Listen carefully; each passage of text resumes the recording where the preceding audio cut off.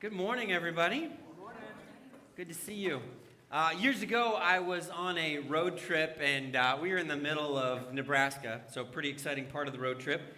And I needed gas, pulled into a gas station, and between the time that I saw the price on the sign, the marquee outside, and I had gone in to actually fill up, the price had changed. I don't know if you've ever had that happen. It's like lightning fast. So I see that it's whatever price a gallon. This is a long enough time ago that it was probably less expensive than it is now. And then I didn't pay attention at the pump. I just pumped my gas. And then when I went inside to pay, they were like, it'll be this much. And I'm like confused. I thought it was this much. And no big deal. It's like pennies more a gallon. No big deal. 50 cents more for your whole whatever to fill up. So not a big deal. But there was another driver that this had happened to as well. They'd pulled in at the same time. And for this person, it was a very big deal. We didn't have the terminology. We didn't have the technical terminology at the time. But we would now call them a Karen. And they were, I'm so sorry if you're named Karen or your middle name's Karen or your grandma's name's Karen. I'm so sorry. It's just the way it is. My dad's name is John, and he's never liked how they use that sometimes too. So it's just the way it goes. She was disgusted. She was so upset. And it's kind of one of those things where, you figure you're in a crowd of people. There's enough people in here. You should just kind of rein it in, even if you're unhappy with the situation. But she was yelling. She was going to call the Better Business Bureau, that they were ripping her off and all this crazy stuff. And, of course, this poor clerk at the counter can't do anything. They have zero control, and that's typically how the situation goes. The person's yelling at this poor person that cannot do anything. They're just trying to keep their cool, keep their job. And so finally, this lady leaves the gas station, and she does the most bizarre thing that I've ever seen in a situation like this. Rather than, just yelling and walking out and trying to slam, the automatic door, she gets to the door and she turns around into the clerk. She says this phrase, this sentence, I've never heard anything like this before. She says, "I have a cold, and I hope you get it." And it's such a weird thing. It was like an old school curse. You know what I mean? May your crops fail and your bed be full of lice or something like that. It was just such a weird interaction. Now, this was way pre-COVID, so it wasn't anything like that. But it was just, it was a curse. Not the naughty words, get a movie rated PG-13 kind of cursing. But it was like a medieval curse, And this kind of cursing is got a long history. I didn't bring this verse up, but in the process of preparing the sermon this week, I found a couple curses in the Bible. You can, if you decide this is not for you, you can open your Bible to Psalm 109 and read Psalm 109. Don't do that. That's not really part of the sermon. I see some of you going for it, and I appreciate the enthusiasm, but I'm just telling you this. Psalm 109, David. This is David, a man after God's own heart, and he's writing in this song, and he writes about his enemies, and he says, "I hope your children are fatherless and that your wife becomes a widow." And you're like, whoa, David, you are having a bad day. That is a curse. That is a curse. I don't think I've ever actually witnessed an actual curse on one's enemy. Now, if Jesus was known for one teaching, one thing, one truth, it was this, right? I don't know that we would need a quiz or a multiple choice. I think most of us would at some point in the conversation, if we were answering that, we would shout out, well, Jesus was known for teaching this, to love one's enemies. That was kind of his big thing. Now, he taught a lot of things, certainly. There was a lot in his teaching, a lot to unpack and a lot to understand. But if you were going to try to kind of sum up what was different about this rabbi or what was different about Jesus' teaching versus any other religion or any other rabbi, you might say, well, one of the things he taught that was really unique and really distinct was to love your enemies. It's one of the most well-known of Jesus' teachings. And it's also one of the most, or the least understood of Jesus' teachings. Now, I think sometimes, even as I bring that up today, some people are going to be like, well, I've heard that one before, so I'm going to tune out and do Facebook or play a game on my phone or whatever. By the way, turn your phones off. But I think that if you pay a little bit of attention to what's going on, I think you'll understand that what Jesus is saying is we may be familiar with it, but we do not understand it, and we certainly do not live it. When someone curses us, I don't know that you've ever had somebody walk out of a gas station and say, "I hope you get my cold." But you've certainly had someone yell at you, be upset with you, be frustrated with you, and you're totally innocent. You didn't do anything. And they've been mean to you. It could be a coworker, it could be a relative. They've just done something terrible to you. When someone does that to you, You have two options. The first option you have is to somehow get back at them. That's the first option. Kind of like as if you were Muhammad Ali in a boxing match. They hurt you. They verbally hit you. They undermined you. They did something to you. So you do something back to them, but just a little bit harder. Just a little bit more. And the problem with that, of course, is that it always escalates. They curse you, you curse them, and we think getting back will solve the problem, but it just raises the stakes. It just always escalates until somebody gets knocked out. There's a label for this type of vicious cycle, and it's called the myth of redemptive violence. And it's every action hero movie. Because what happens in an action hero movie is the bad guy does something bad, and so the good guy has to do something bad to the bad guy. And it just gets more and more violent. And now some of the action movies today, it's just like two superheroes knocking over entire cities because they think that somehow this is going to solve the problem. And at the end of all those movies, the bad guy has to die or there has to be a sequel. Because that's the myth of redemptive violence, is that we can solve the problem through violence. And that's one of our options. That's one of our options. We get back because it feels better. We hope it makes the problem go away. And it never gets any better. It doesn't get better. The other solution we have is we can give in or give up. You can go to the next slide if you want. You can give up and just wave the white flag and they hurt me, and you just roll over, and then the bad guy just wins through bad behavior. And a lot of us do this. We have did a class this morning on the topic of Minnesota Nice, and that's what some of us do. If things get a little too heated, we're just like, okay, I'm out. And we kind of internally wave the white flag. We're just like, I don't want to deal with this person. They're getting way too upset. I can't deal with it. I think I've mentioned this story before, but it's so good, I'm going to say it again.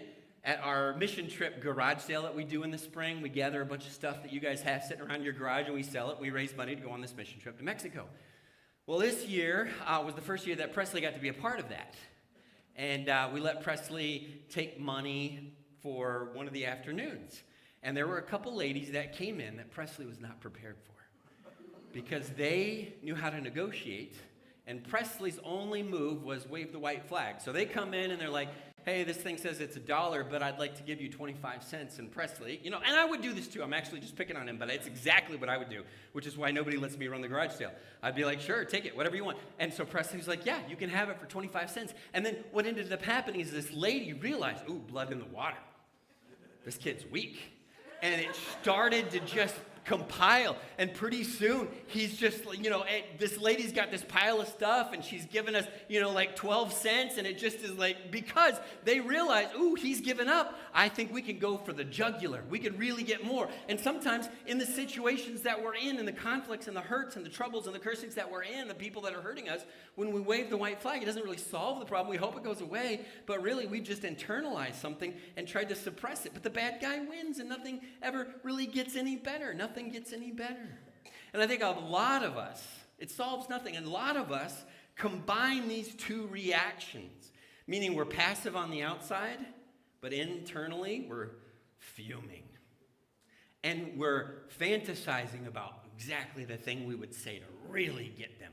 Are we ever going to say that? No. In fact, in our recounting of the situation when we're at home with safe people, we're talking about a coworker who said something mean or rude, and then sometimes in our retelling of the story, we say, well, then I told them X, Y, Z, and your spouse will be like, did you really say that? And you're like, no, but that's what I thought about 40 minutes later when I had some time to cool down.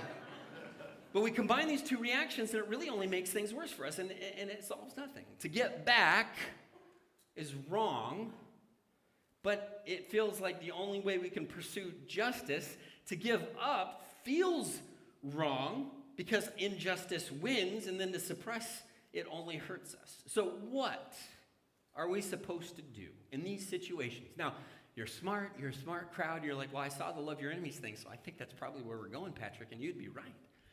But how do we get there in a meaningful way? How do we really get to that place where that is our reaction? That's our response. My dad was 19, 20 years old. He lived in New York City, and he happened to be in Manhattan at the time.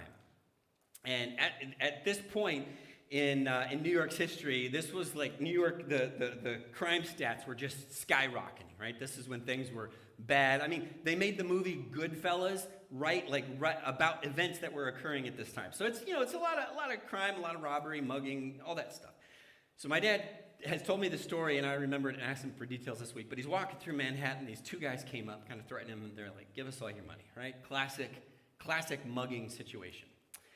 Now, if this is, my dad, and you got these two guys threatening, if this is my dad in a action hero movie, my dad would just very calmly, flip the toothpick out of his mouth. He'd squint his eyes. He'd say something like, "Do you feel lunky, punk?" or something like that, Dirty Harry style. And then he would take the two guys down, right? If that was a movie, he would get back. "You threaten me, I'll take you down." And then the crowd would be like, "Yay, the bad guys got what was coming to them." That's not my dad. If this were most of us in a situation like that, bad guys come up to us, "Give us all your money," we would immediately wave the white flag, right? We would say, "Yeah, sure, I've only got a couple bucks, but no problem, here you go." This is, and the bad guys would get away with it, and life would go on, and that's what most of us would do. Now, my father, being the international man of mystery that he is, did neither of those things. And you're thinking, well, what did he do? What other third option was there other than to fight or surrender? Well, my dad tells this story, and I think he tells it because it kind of reflects well on him, but he tells the story that these two guys came up and they said, "Give us all your money," and he said no. He just said no. He didn't threaten. He didn't pull out a gun. He didn't pull out a knife. He didn't wave a white flag. He just said no. Now, the two guys, according to my dad's telling of the story, I wasn't there witnesses, but according to my dad, the two guys were so startled by the non-compliance that they were just like, "I don't know what to do," and they left. And so my dad survived a mugging just by not going along with what they were doing. He didn't get back. He didn't give in. He just said no. Now, I realize, that's my dad, and he is an international man of mystery, and I don't know that most of us could really do that, but how would we in those situations, and it's not talking about getting mugged, because most of us aren't going to experience that, I hope, but what about just the normal everyday situations? Now, remember, we're in a series called Greatest Hits, and we're calling it that because we're working through a passage of Scripture of Jesus' teaching, just 29 verses, but it's Jesus' teaching that you would have heard when Jesus sat down with big crowds. This is probably what you would have heard. And so last week we talked about who is really blessed and who is really cursed. And this week we're going to talk about the most well-known thing, the most well-known command that Jesus said. So I would just want you to know this. Jesus is speaking to a crowd of people whose lives have been difficult. They're looking for truth. They're looking for something real. They followed this random guy way out in the desert, and he's teaching them. Their lives have not gone according to plan. It hasn't been the way that they envisioned it. They're people who live in an occupied country. They've got religious oppression. They've got financial oppression. And people are thinking, how do I get out from under this burden? How do I live the life that I know God has created me to live? How do I do? And these are, how do I live as a blessed person in an environment like this? And in that context, Jesus speaks these words. Luke chapter 6, verse 27. Luke 6:27. But to you who are listening, and I love that. I love that because right there, whether you realize it or not, he kind of divides the room. Because there are people in this room and in the crowd that Jesus was addressing that were not listening. Their hearts weren't tuned to real truth. They were looking for a way to justify what they wanted to do. They were looking for what they wanted to hear. And Jesus said, I am interested in people who are listening, who have ears to hear. And that's true. I was praying this morning that God's Spirit would blow through this room and stoke fires of people who really want to know him, to live like him, to be lights in their communities, in their workplaces, in their families like him. But I know, and here's the hard truth, church, I know that that's not everybody here right now. There are some people here right now that are just here. And it doesn't have to be that way, but that's the way it is. There's some people who are just here. And what Jesus wants is people who are listening. Do you hear what I'm saying? Do you hear what I'm teaching? He says, do you have ears to hear? So he says that, and I love the fact that he starts with that. But you who are listening, I say, love your enemies. Do good to those who hate you. Bless those who curse you. Pray for those who mistreat you. If someone slaps you on one cheek, turn to them the other also. You've heard that too. If someone takes your coat, do not withhold your shirt from them. Give to everyone who asks you, and if anyone takes what belongs to you, do not demand it back. Do unto others, or do to others as you would have them do to you. And then he goes on to say, listen, if you're just loving those who love you, what credit is that to you? Even sinners love those who love them. That's like bottom rung of the ladder. That's easy to do. If you just do good to those who are good to you, what credit is that to you? And the word credit actually is the same word as the word grace. Kind of interesting. Even sinners do that. And if you lend to those from whom you expect repayment, what credit is that to you? Even sinners lend to those expecting to be repaid in full. But love your enemies, he says. This is verse 35. Do good to them and lend to them without expecting to get anything back. Then, he says, your reward will be great. And you will be children. This is so fascinating. Then you will be children of the Most High, because he is kind to the ungrateful and the wicked. You will be like God when you live like this. That's wild. Now, the whole passage there is really just an explanation of that first line. Love your enemies. It's just Jesus this is what it looks like, folks. Love your enemies. Now, we see a phrase like that. Maybe we think in our own lives, and we're, okay, Patrick, I want to be a listener. I want my heart tuned to what God wants me to do. I want to do the right thing. Love your enemies. And immediately our little internal defense attorney goes to work and starts thinking like, okay, well, I don't really have any enemies. Sure, I've got some people I really dislike, and that I hope their crops fail, and that they get a cold that I've been having, and I might slash their tires if nobody were looking, but I don't really have any enemies. I don't know. I mean, I wouldn't define it that way. Yeah, that's true. We don't really use that terminology to talk about people we don't like. We don't call them enemies. And so it's easy for us to say, well, this doesn't really apply to me because I don't really have any enemies. I just have some people I intensely dislike, and I hope I never see them again. Well, that could be, right? The other thing that we do that our little internal defense attorney does is, well, what does it mean to love them anyway? I mean, really, what does it mean to love? I'm not actually slashing their tires. I'm not actually cursing them, so I'm good, right? I'm good. I'm not actively hating them, so I'm fine. And the truth is, if we keep Jesus' commands abstract enough, then we don't really have to worry about it. And maybe you're even thinking, well, sure, yeah, I could pray for my enemies. God, please drop an upright piano on their toes. But you're not really thinking like to their benefit and their well-being and their goodness. So if we keep these commandments kind of abstract and distant, we're safe. Jesus, I think, knows what we're thinking, and he inconveniently defines this command for us. And it's frustrating because it really pins us to the ground and makes us wrestle with what he's asking us to do here. One of the things he says in particular is so challenging that I think people have really struggled with it. And it's this phrase. It's this phrase, to turn the other cheek. And I think people are good with the abstract idea of like, yes, love your enemies, that's wonderful.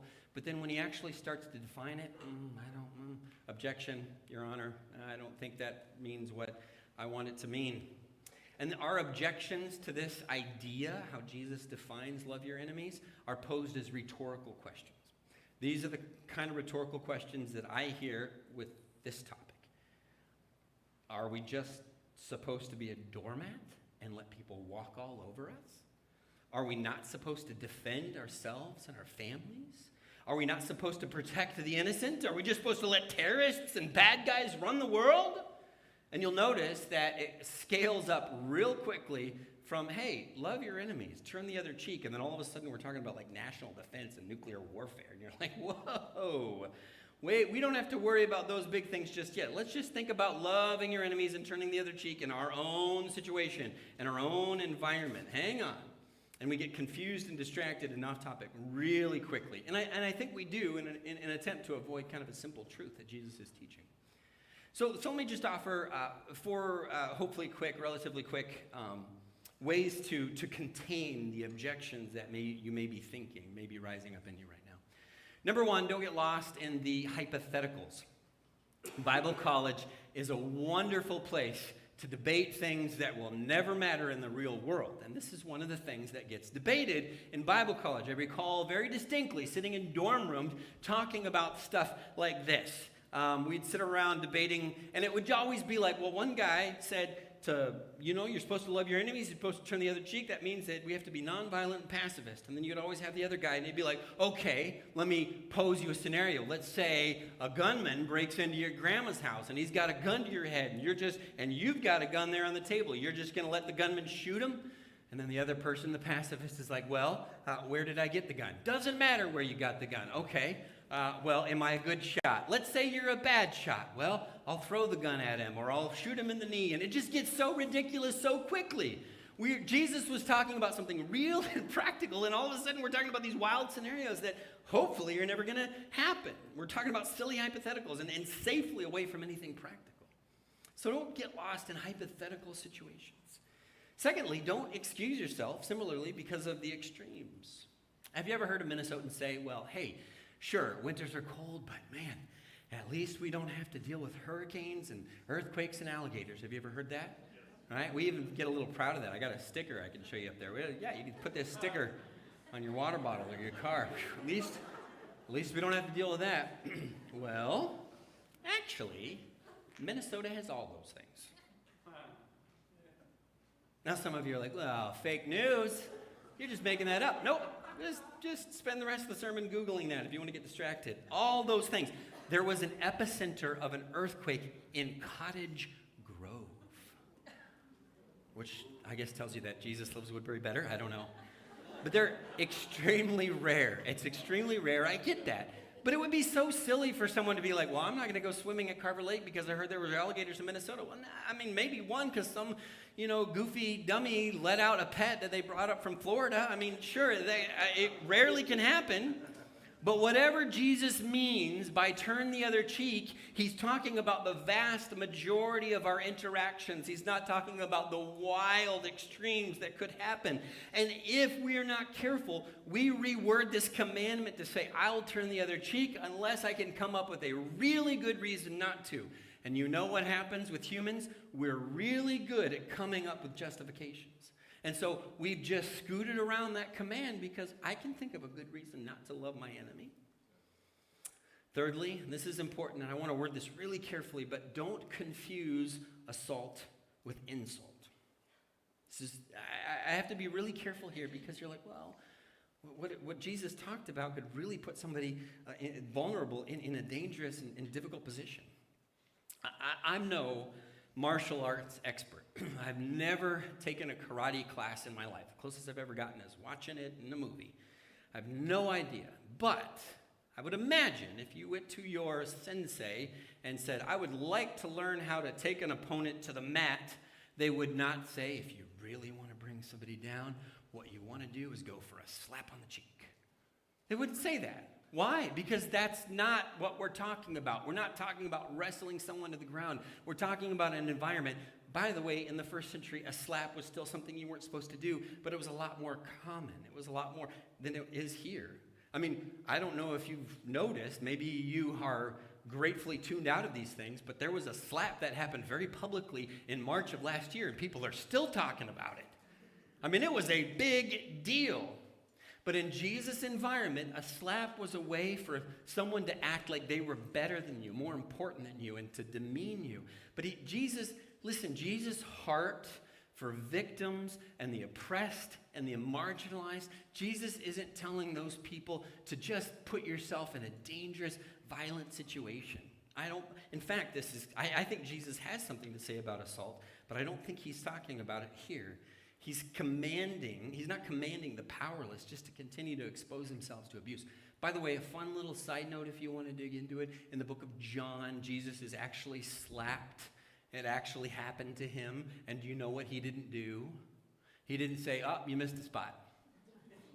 He protested, he challenged. Jesus is trying to get us to understand how do we react to insult and to people hurting us and demeaning us. But he's not saying, hey, you're a victim, you're a marginalized person, you need to continue to expose yourself to that. I think that would be a dangerous takeaway for us to draw from this passage.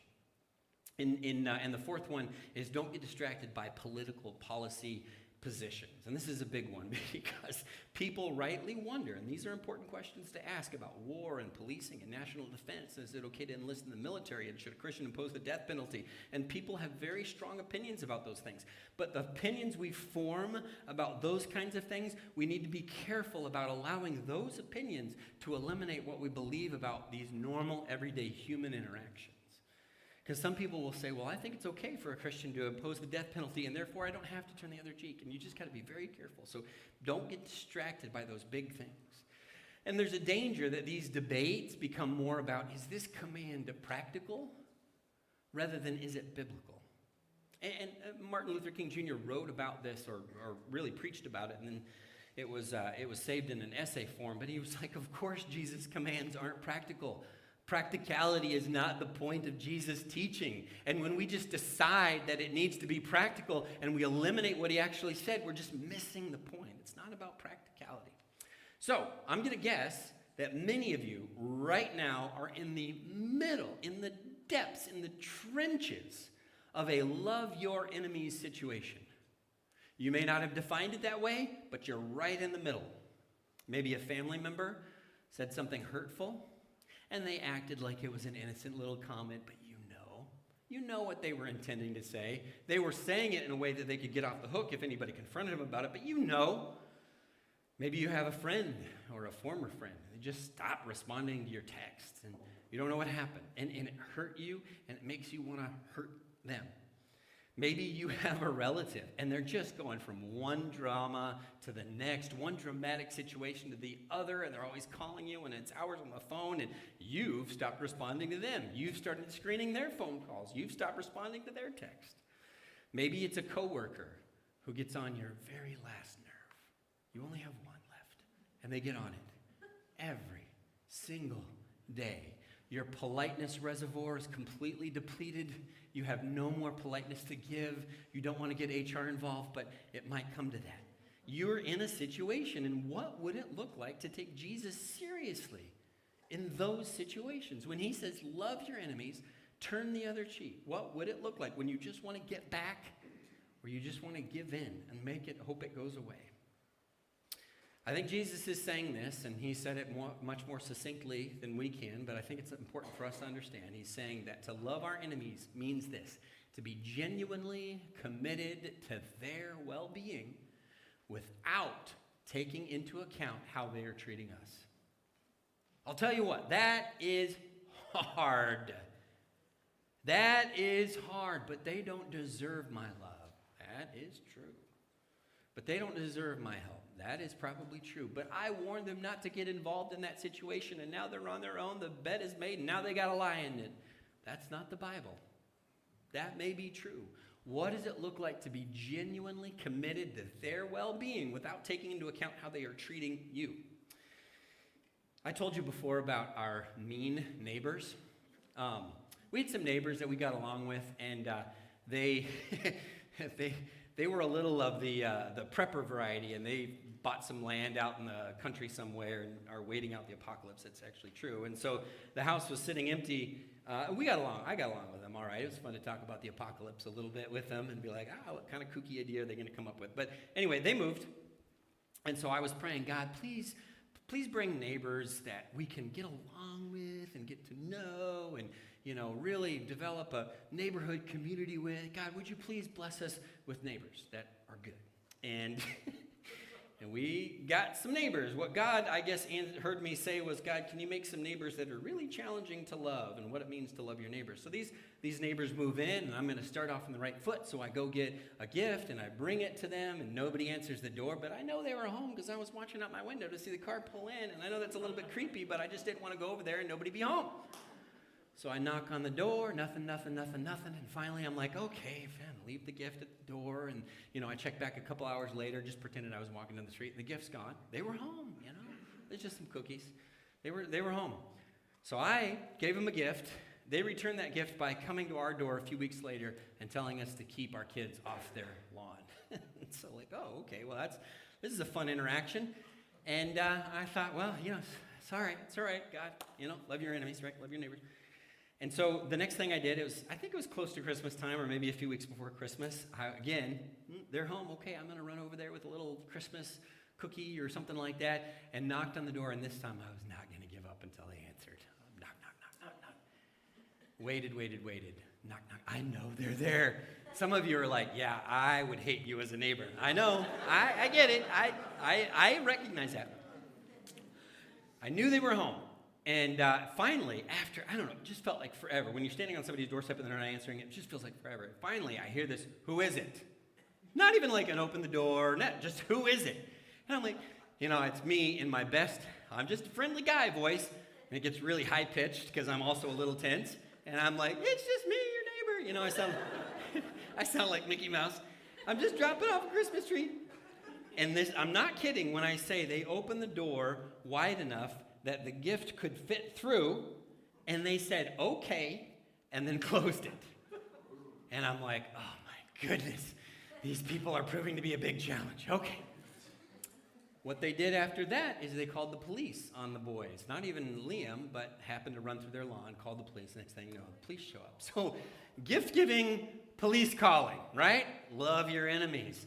Very next interaction that I had with them, well, it wasn't really an interaction. Our neighborhood was getting together. Several families in the neighborhood were getting together to have pizza on the driveway. And we're sitting out there, and I'm like, guys, I'm going to go invite these guys. And they're like, why would you? They had made enemies of the whole neighborhood. And they were like, why would you? And I'd be like, I should have said, because Jesus says to. But what I said was, I don't know. I'm just going to make it happen. Go over there, try to invite them over to our pizza party. Next thing I know, the house is for sale, and they've moved. They lived there 8 months. And some of you are like, yeah, I would have moved too if you were my neighbor. That's harassment. No wonder they called the police. I totally get that. I understand. But it was such a weird, they made me want to be mean to them. And what Jesus is saying is that you have to figure out, how would you treat someone that you like? How would you interact with them? And then you need to keep doing that. You need to keep doing that. You need to keep doing that.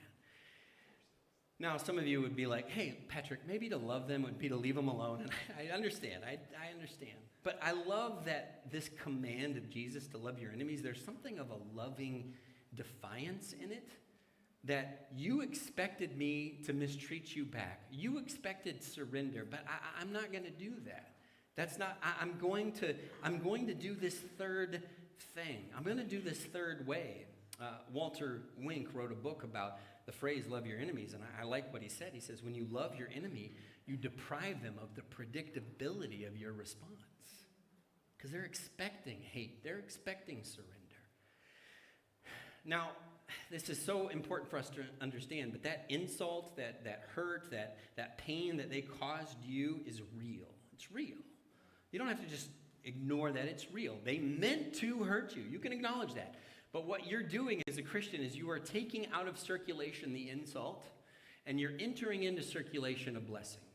You're taking out revenge, and you're re-entering into the situation forgiveness. You're taking out brokenness, and you're injecting beauty into this relationship. And it's an amazing thing, and it's the only way the world gets any better. In fact, this kind of love is the only kind of love with real redemptive power. It's the only kind of love with real redemptive power. You are never going to solve any of your problems by getting back. And you really won't solve any of your problems by giving in. But if you love your enemies, as Jesus has called us to do, I'm sure you've heard. If you haven't, you've been living under a rock, but you've heard of a gentleman by the name of Daryl Davis. There was a documentary, I think it still may be on Netflix, called Accidental Generosity, something like that. Anyway, he's a guy that had this random interaction with a member of the KKK. And he was curious, why is this guy wired that way? And they developed this sort of connection and eventually became friends. And through the process of these conversations and having him over for lunch and spending time with this guy that was just opposed to his very being, this guy eventually renounced his membership and literally gave his robes to Daryl Davis. I don't know why you would give them to him, but he did. And at this point, this has been 20, 30 years ago, Daryl Davis now has over 100 robes because he realized, whoa, there was power in that way of being. I could be angry or I could just avoid, but there was power in this third way, redemptive power. That's amazing. And he gets a lot of hate for this. He gets a lot of people that say, no, you must get back at them. You must hate them. You must seek revenge. And of course, they don't phrase it like that. And he just calmly responds like, hey, how many people have you got to renounce their membership in the KKK? 0? Okay, well, I'll just keep doing it my way. Because this is the way that seems to work. I just don't think that there's anything more powerful that we have, any more powerful tool at our disposal than that ability to step over those typical barriers and boundaries and execute a concrete act of generosity and kindness to someone that is attempting to hurt us, emotionally hurt us, to cause us pain, to cause us insult, to curse us. There's nothing more powerful than that. Now, you may be thinking, okay, Gerald Davis, that's inspiring, but it's not particularly relatable. I mean, if you're sitting here saying, yeah, my enemy, I'm feuding with my mother-in-law. What's the equivalent there? You know, how do I get her to renounce her robes? What do I do? And it's easy. It's easy for us to just offer resistance, right? Yeah, it's not practical for me, so let me just offer you 3 suggestions as we wrap up. We're almost done this morning. 3 suggestions from verses 27 and 28, where he says, to you who are listening, remember that. I hope that's us. I hope that's you. To you who are listening, I say, love your enemies. Well, how? And then he says, do good to those who hate you. Now, some of you are like, okay, well, that's great. I would love to do good to those that hate me. I'm not sure exactly what that means, but whatever. But I'm not in a situation. They live millions of miles away. They couldn't live millions. They live thousands of miles away. Or they've cut me off. I don't have a relationship with them. I don't have a way to do good. And I think Jesus is ready for that objection. So he says, well, okay, well, bless them. Because you know what the next best thing is if you can't actually get back at that person, you talk bad about them. You get in a situation where you're like, well, I can't believe them. And if it's a coworker, you get with the other coworkers. And Jesus says, don't do that. What would it be to speak blessings over that person? Not cursings, not gossip. What would it be to speak blessings about them and toward them? Well, I'm not in a situation where anybody knows what's going on. I don't really have anybody to talk to, and I'm not talking bad about them. Well, then he offers one more thing you can do. Pray for them. Put that at the top of your prayer list. Pray for them. If you don't have any other options, if you can't physically be good to them, if you don't have a way to speak blessing over them and toward them, well, then pray for them. Do concrete acts of love, or speak well of them, or frankly, just pray for them. And that's what it is to love our enemies. And I'll tell you what, those things that Jesus suggested, they're good for enemies, but they're also good for friends too, right? Do good, bless, pray. But if you can think about a person you love and you can say, now I'm going to figure out how I can treat that enemy the same way, man, that's so powerful. Redemptive power in this loving your enemies.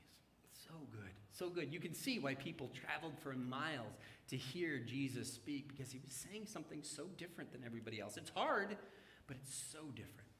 We're going to close our time together with a song. I'm going to invite the praise team to come back on up, and we're going to sing a song that talks about this idea of peace. We sang a song about loving one another, and we got to figure out how to love our enemies as well. But I want us to sing about what our lives might look like if we were pursuing peace, if we were seeking redemptive love in the lives of the people that we may struggle with. So let's stand together as we sing this song.